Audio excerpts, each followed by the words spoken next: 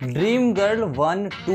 But मैं इस movie का रिव्यू बना रहा हूं तीसरी बार। 2 बार टेक्निकल गलतियां इतनी बड़ी बड़ी, तुम नहीं समझोगे। पॉइंट पे आते हैं। ड्रीम गर्ल 2 मूवी की अहमियत वही समझ सकते हैं जिन्होंने ड्रीम गर्ल पार्ट 1 देखी हुई है, लेकिन अब की बार कहानी में थोड़ा सा घुमाव आ गया है। जगजीत और उसके बेटे कर्म दोनों की हालत बहुत खराब हो चुकी है कोविड की वजह से। अब दोनों के दोनों कर्जे की जिंदगी जी रहे हैं। अब बेटे कर्म के फूटे कर्मों का नतीजा यानी उसके हुनर, जिसमें वो लड़की की आवाज निकाल सकता है और लड़की की तरह गाना गा सकता है, डांस कर सकता है, उसी हुनर के बलबूते पे अपनी जिंदगी रेंग रेंग कर काट रहे हैं। लेकिन अब कर्म को करनी है अपनी जीएफ से शादी, लेकिन इस ब्याह की रचावट के अंदर सबसे बड़ा खेद आ रहा है उस बेटी का बाप। यानी बेटी के बाप ने दी शर्त कि भैया पहले खुद की हालत, अपने घर की हालत को सुधारो और अपने बैंक बैलेंस के अंदर लाखों का अमाउंट लेके आओ इन 6 महीने के अंदर।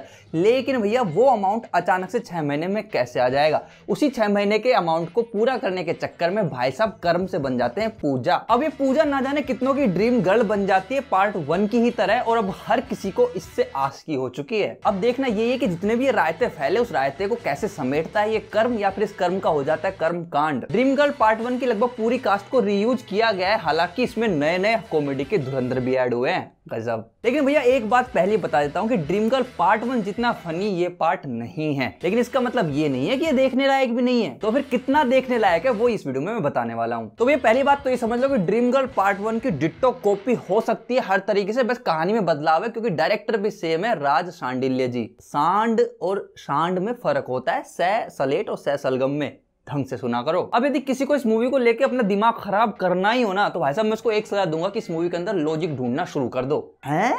ये आयुष्मान कहां से लड़की लग रहा है और इसकी आवाज कहां से लड़कियों जैसी लग रही है? हैं? ये आयुष्मान भाई साहब इतना मर्दाना होके कैसे लोग इसको लड़की समझ के प्यार करने लग जाते हैं? हैं?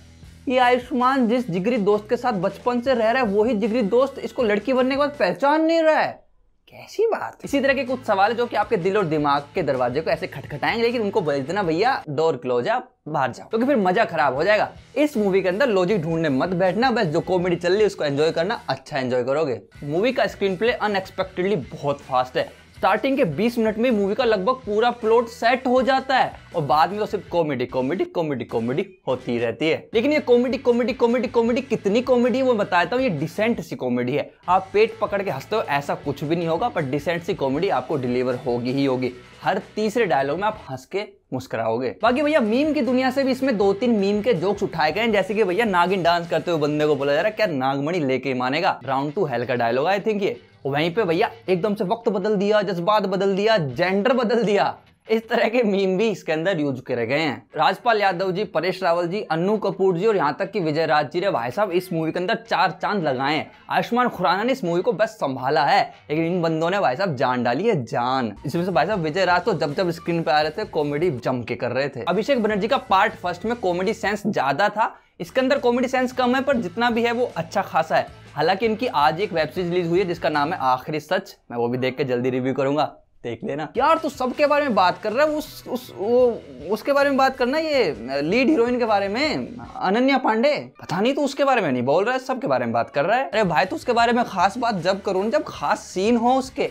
भाई साहब नाम भर के सीन है पूरी मूवी के अंदर, डायरेक्टर ने बिल्कुल सेफ गेम खेला है। ना उनको भैया ऐसा सीन दिया जिसमें इमोशनल हो सके, ना ऐसा सीन दिया जिसमें वो अच्छी खासी कॉमेडी कर सके, बस और बस कहानी को आगे बढ़ाने के काम आ रही है। डायरेक्टर ने सोचा होगा कि मैं दुनिया को अनन्या पांडे के टैलेंट पे उंगली उठाने ही क्यों दूं जब मैं उनको नजर ही नहीं उठाने दूं। बाकी इस मूवी के अंदर यदि सबसे बड़ा नेगेटिव पॉइंट मैं आपको बताऊं, नेगेटिव पॉइंट भी नहीं, मतलब जो सबसे बड़ी कसर जो रह गई है मेरी तरफ से वो शायद ये रह गई है कि देखो इस मूवी के अंदर एंड के अंदर ऑडियंस को इमोशनल करने की कोशिश की जाती है, बीजीएम भी वैसे है, डायलॉग्स भी वैसे है, मैसेज भी देने की कोशिश की जाती है, पर ऑडियंस का ध्यान उस तरफ नहीं जाता है। जो इमोशनल सीन है उसमें एक में भी हम इमोशनल नहीं होते और मूड बहुत जल्दी खत्म हो जाता है, आप तुरंत कॉमेडी में वापस आ जाते हैं। आसान शब्दों में यदि मैं समझाना चाहूँ तो ये मूवी कॉमेडी के साथ साथ मैसेज भी डिलीवर करती है, और हर एक मूवी का एक मोटिव ये होता है कि या तो उसे एंटरटेनमेंट दिया जाए, साथ के साथ में एंटरटेनमेंट के साथ एंटरटेनिंग वे में एक अच्छा खासा मैसेज दिया जाए। अब मूवी एंटरटेनमेंट देने में तो कामयाब होती है, लेकिन इसमें 1% भी कामयाब नहीं हो पा रही है। अब वो मैसेज क्या है वो तो जाके भाई साहब आपको मूवी देखनी पड़ेगी, स्पॉइलर नहीं दे सकता। मूवी के अंदर कोई भी गाली गलौच नहीं है, मूवी के अंदर कोई भी न्यूड सीन या लव मेकिंग सीन नहीं है, लेकिन इस मूवी के अंदर डबल मीनिंग डायलॉग्स अच्छे खासे हैं। तो मेरे हिसाब से फैमिली के साथ तभी देखना यदि डबल मीनिंग डायलॉग्स के साथ तुम लोग कंफर्टेबल फील करते हो। यदि मैं अपना फाइनल स्टेटमेंट देना चाहूँ ड्रीम गर्ल 2 मूवी के लिए, तो वो देखो ये है कि ड्रीम गर्ल पार्ट 1 यदि 20 थी तो ये 19 है। OMG 2 मूवी जितना उतना नहीं हंसोगे, लेकिन इसके अंदर भी आप हर तीसरे डायलॉग में हंसोगे। साथ साथ डबल मीनिंग जोक्स यदि आपको चलते हैं तो फैमिली के साथ डेफिनेटली जा सकते हो। इसके अलावा जो भी लोगों के जेब में रोकड़ा है, सिनेमा हॉल जाना चाहते हो, डेफिनेटली इस मूवी को एक बार देख के आओ, कोई दिक्कत नहीं है। OTT पर भी देखना यदि आप अब इस मूवी को नहीं देख पा रहे हो तो। लेकिन भाई साहब ये बात जरूर ध्यान रखना कि कॉमेडी मूवी भरे हॉल में जब हंसते ना लोग तो मजा दोगुना तिगुना 4 गुना हो जाता है। आप लोगों के लिए यदि मैं अपने एक्सपीरियंस को रेटिंग्स में बयां करना चाहूं तो मैं रेटिंग्स दूंगा 4.1 आउट ऑफ 5। मिलेंगे अगली वीडियो में। यदि बातचीत में मजा आया तो वीडियो को लाइक कर दो। यदि बातचीत में आपको भी अपनी तरफ से कोई बात करनी तो कमेंट कर दो। यदि कोई इस मूवी को देखने जाने वाला तो उसके साथ शेयर कर लो। यदि मूवी देख चुके हो तो कमेंट करके बताओ कि मेरी किस बात से एग्री करते हो, किस बात से डिसएग्री करते हो। और हमारी फैमिली का हिस्सा बनना है तो भैया सब्सक्राइब के बटन पे लेप लगा दो, मिट्टी का लगा दो, किसका लगवाऊं, किसी का भी लेप लगा दो, उट्टन लगा दो, बस कर दो भैया।